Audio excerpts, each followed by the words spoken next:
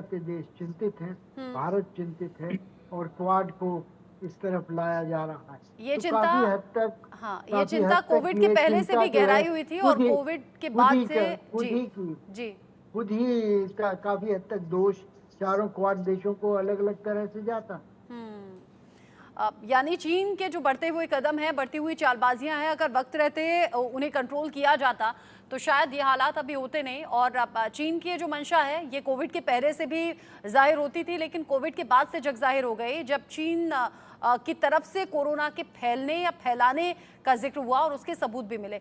आप जी रहिएगा मेरे जी साथ में। क्वाड के बाद में पीएम मोदी न्यूयॉर्क अब पहुंच गए हैं। न्यूयॉर्क में पीएम मोदी का गर्मजोशी से स्वागत किया गया। भारतीय समुदाय के लोगों से प्रधानमंत्री नरेंद्र मोदी मिले हैं और जो तस्वीरें हैं, तस्वीरें अपने आप में सब कुछ बयां कर रही हैं। प्रवासी भारतीयों ने मोदी मोदी के नारे यहां पर लगाए हैं।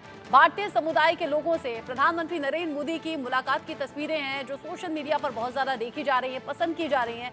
आज रात ही प्रवासी भारतीयों को संबोधित भी पीएम मोदी करने वाले हैं। यानी क्वाड समिट में हिस्सा लेने के बाद अब न्यूयॉर्क पहुंच गए। न्यूयॉर्क में जब होटल में पहुंचे तो कैसे मोदी मोदी के नारे लग रहे थे, अभी आप सुनेंगे भी। प्रवासी भारतीयों को रात में संबोधित भी करेंगे। करीब 9:30 बजे का वक्त है। 25,000 से ज्यादा प्रवासी भारतीय मौजूद रहने वाले हैं पीएम मोदी को देखने और सुनने के लिए।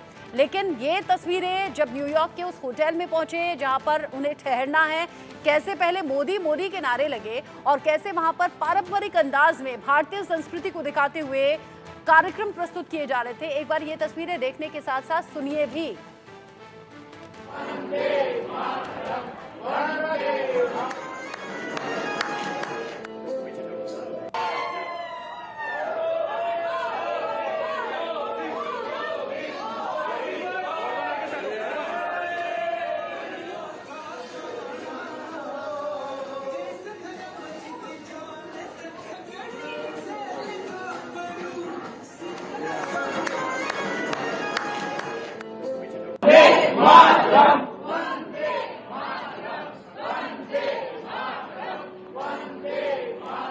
वंदे मातरम की गूंज, मोदी मोदी की गूंज और यहाँ जो भारतीय संस्कृति है, भारतीय पारंपरिक परिधान है, उन्हें पहनकर जो कलाकार हैं वो प्रस्तुतियां दे रहे हैं। हर चेहरा बहुत गौर से देखिए, कैसी उत्सुकता और कैसी खुशी इन चेहरों पर नजर आ रही है। ये तस्वीरें अपने आप में बड़ी खास हैं। हाथों में तिरंगा लेकर प्रधानमंत्री नरेंद्र मोदी का इंतजार करना, फिर प्रधानमंत्री नरेंद्र मोदी भी किसी को निराश नहीं करते, पास में जाते हैं, कुछ लोगों से बातचीत भी करते हैं, सभी का अभिवादन पास जाकर स्वीकार भी करते हैं। लोग बड़े उत्सुक थे कि हाथ मिला लें। प्रधानमंत्री नरेंद्र मोदी किसी से हाथ मिलाते हैं, फिर हाथ जोड़कर नमस्कार करते हैं और प्रधानमंत्री नरेंद्र मोदी भी इन तस्वीरों को देखकर बड़े गदगद नजर आए और इन तस्वीरों को सोशल मीडिया पर बहुत ज्यादा पसंद किया जा रहा है। प्रोफेसर संदीप त्रिपाठी, ये तस्वीर आप भी देख रहे होंगे और ये तस्वीर, कहते हैं ना कि तस्वीरें अपने आप में सब कुछ बयां कर देती हैं, तो ये तस्वीरें क्या बयां कर रही हैं जब विदेशी सरजमी पर भारतीय समुदाय के लोग वंदे मातरम कह रहे हों, मोदी मोदी के नारे लगा रहे हों, हाथ में तिरंगा हो और ये जो कार्यक्रम अभी प्रस्तुत किया गया है जिसकी तस्वीरें हमने देखी, भारतीय पारंपरिक परिधान और जितना मैं समझ पाई ये हरियाणवी परिधान था, यानी कि हरियाणवी अंदाज में यहाँ प्रोग्राम किया गया और यहाँ देश में हरियाणा विधानसभा चुनाव का भी माहौल है। कैसे देख रहे हैं ओवरऑल इन तस्वीरों को? देखिए, जो आप कह रहे हैं कि किस तरीके से ये जो इमेजेस हैं ये क्या संदेश देती।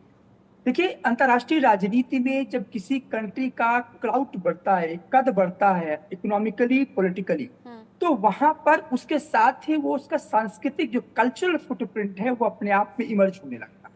हाँ। और आदरणीय प्रधानमंत्री जी जहां जहां जाते हैं तो वो जब इंडियन डायस्पोरा से कनेक्ट होते हैं तो वहां पर एक रिफ्लेक्शन देने की कोशिश होती है कि इंडिया का अपने एक नैरेटिव्स है और वो जो नैरेटिव्स है वो इंडियन स्टाइल में है, जो कि इसके पहले हम देखते आए हैं कि आप यूरोसेंट्रिक जो नैरेटिव चलता था, चाहे वो ड्रेसिंग सेंस में हो, चाहे वो हमारे फूड सिस्टम में हो, कहीं भी हो, वो यूरोसेंट्रिक डोमिनेंस हुआ करता था, यूके यूएस मॉडल चलता था। लेकिन आज जो दुनिया में एक इंडियन मॉडल चला है, इंडियन मॉडल कैसे, जब हमारे लीडरशिप वहां पहुंचते हैं, भारतीय वहां इकट्ठा होते हैं, तो वहां का भारत का एक अपना इकोसिस्टम दिखता है, कल्चरल इकोसिस्टम दिखता है और दुनिया उससे रूबरू होती है कि भारत की ये पहचान है। जिस पहचान को लेकर के हमेशा एक कॉम्प्लेक्स रहता था कि ये बैकवर्डनेस है, ये भारत की, क्योंकि एक अपने इतिहास है कोलोनाइजेशन का, तो हमारे मन में एक कॉम्प्लेक्सिटी रहती थी। लेकिन आज वही हिंदुस्तान जब जियोपॉलिटिकली उसका क्राउड बढ़ने लगा दुनिया में, भारत एक एज ए पीस मेकर के रूप में उभरने लगा, भारत की आवाज में अमेरिका जैसे ताकत हाँ में हाँ मिलाने लगी, उस समय इस तरीके के जो दृश्य हैं दुनिया को संदेश देते हैं कि अब ये भारतीय कूटनीति का रेनेसा काल है, एक पुनर्जागरण काल है कि जहां पर दुनिया के कोई बड़े से बड़े कॉन्फ्लिक्ट यदि सोल्यूशन की बात होगी तो वहां भारतीय नेतृत्व की और भारत की क्षमता की और भारत की बढ़ती हुई जो इकोनॉमिक राइजिंग है, भारत का जो टेक्नोलॉजिकल जो रिसर्जेंस है, भारत का जो डिजिटल ट्रांसफॉर्मेशन है और भारत का अपना एक जो स्टाइल है, इंडियन स्टाइल है, ये वो समय है जो हिंदुस्तान को पूरी दुनिया देख रही है। और जो इंडियन डायस्पोरा का जो फिलॉसफी है कनेक्ट करने का, मुझे लगता है ये सबसे बड़ा उसका अपने एक रास्ता। बिल्कुल, बड़ी खास ये तस्वीरें हैं। डॉक्टर शांतेश कुमार, अब मैं आपसे ये पूछना चाहूंगी, देखिए ऐसा नहीं है कि विदेशी जो मेहमान हैं वो यहाँ पर नहीं आते हैं, भारत सरकार उनका स्वागत भी करती है, राष्ट्र प्रमुख आते हैं, उनके ठहरने का इंतजाम होता है, कार्यक्रम भी होते हैं, लेकिन यहाँ हिंदुस्तान में जब कार्यक्रम होते हैं तो हिंदुस्तानी अंदाज में होते हैं। अब जब प्रधानमंत्री नरेंद्र मोदी विदेशी यात्राओं पर जाते हैं और इस तरह के समिट में हिस्सा लेते हैं, तो प्रधानमंत्री नरेंद्र मोदी के स्वागत में भारतीय अंदाज में ये स्वागत और कलाकृतियां, ये कार्यक्रम होते हैं, ऐसा क्यों? बहुत बड़ा मतलब बहुत महत्वपूर्ण विषय आपने उठाया। देखिए, एक बात आपको समझना पड़ेगा कि किस कंट्री की डायस्पोरा सबसे ज्यादा है और बड़ा है, विस्तृत है। आप देखिए तो चाइना और इंडिया दो ऐसे देश हैं जिनका डायस्पोरा पूरे दुनिया में बहुत बृहद है, बहुत महत्वपूर्ण है, प्रभावशाली है, और उसके बहुत सारे कारण हैं। आप देखेंगे क्योंकि भारत एक और औपनिवेशिक देश रह चुका है, उपनिवेशवादी देशों के अंदर रह चुका है, गुलाम रह चुका है, अगर मैं उस सेंस में बोलूं तो, क्योंकि ब्रिटिशर्स लंबे समय तक हमारे पर शासन किए थे।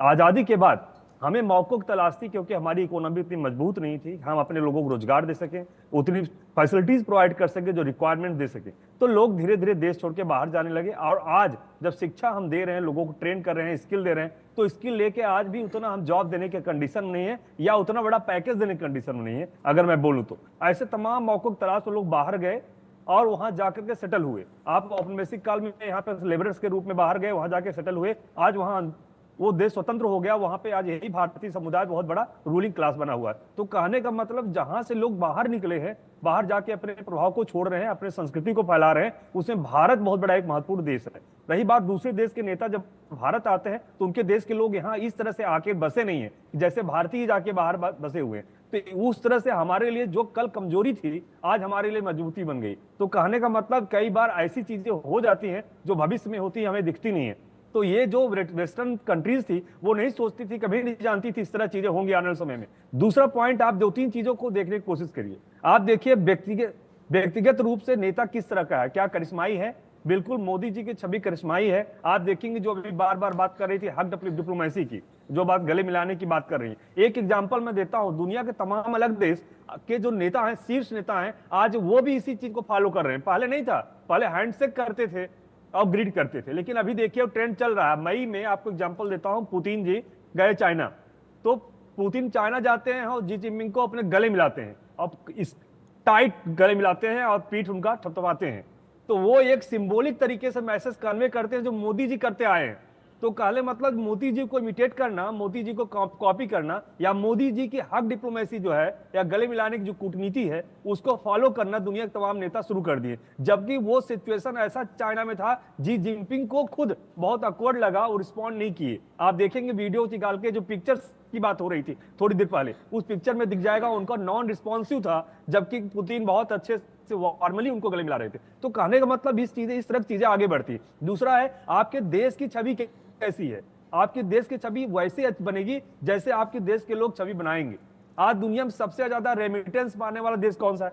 इंडिया है। क्यों? क्योंकि भारत के लोग बाहर जाते हैं, नौकरी करते हैं और भारत से जुड़े हुए हैं, अपनी जड़ से जुड़े हुए हैं, यहाँ पैसा भेजते हैं, इसीलिए रेमिटेंस मिलता है। और भारत के लोग सिर्फ रोजगार लेने नहीं जा रहे हैं, अपनी संस्कृति को अपने साथ ले जाते हैं। अपने संस्कार को ले जाते हैं, अपने क्यूजीन को ले जाते हैं, अपने प्रैक्टिस को ले जाते हैं, अपनी लैंग्वेज को ले जाते हैं, वहां पे ले जाके सेटल होते हैं। तो ऐसी परिस्थिति में आपको उन चीजों को कैसे एक्सप्लॉइट करना है अपने बेनिफिट के लिए, मैं बोलूंगा एक्सप्लॉइट क्या कर सकते हैं, लाभ कैसे लेना है, उसको अगर देखने की कोशिश करेंगे तो मोदी जी को लगता है पहले प्रधानमंत्री हैं भारत के जो उसको बहुत अच्छे समझ सके हैं और कहे जनता की नब्ज को नापने में बहुत माहिर हैं। उनको पता है वहां जाएंगे, वहां के लोग उनसे कनेक्ट होंगे, जुड़ना चाहेंगे, और उन्होंने उनको पूरा ओपन हार्टेडली बोले, तो उन्होंने वेलकम किया, उनसे मिला, इंटरेक्ट करते हैं, उनको सांस्कृतिक कार्यक्रमों में एंगेज करते हैं और ये मैसेज देने की कोशिश करते हैं कि आप हमारे हैं और हम आपके हैं। तो कहीं से आप दूर भले जाके बस गए दूसरे देश में, वहां की नागरिकता ले लिए हो, लेकिन आज भी भारत आपको अपना मानता है, आज भी आपकी संस्कृति हमारी संस्कृति कोई भेद नहीं है।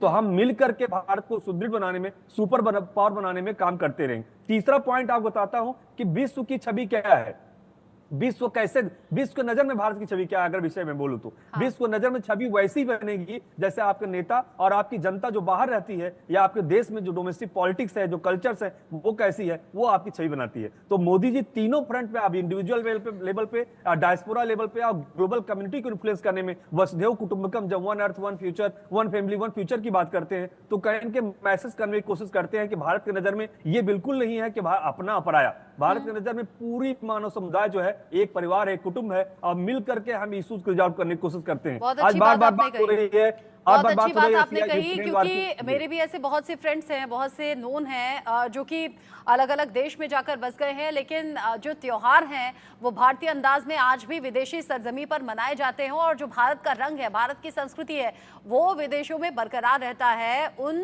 प्रवासी भारतीयों के दिल में, जहन में और उनके कल्चर में, उनके फेस्टिवल्स में। प्रधानमंत्री नरेंद्र मोदी का अमेरिका दौरा है, और अमेरिका दौरा अलग अलग मायनों में खास है। आज खास इसलिए भी है क्योंकि न्यूयॉर्क पहुंच गए हैं, स्वागत किस अंदाज में हुआ है, तस्वीरें भी हमने दिखाई, उस पर बात भी की। आज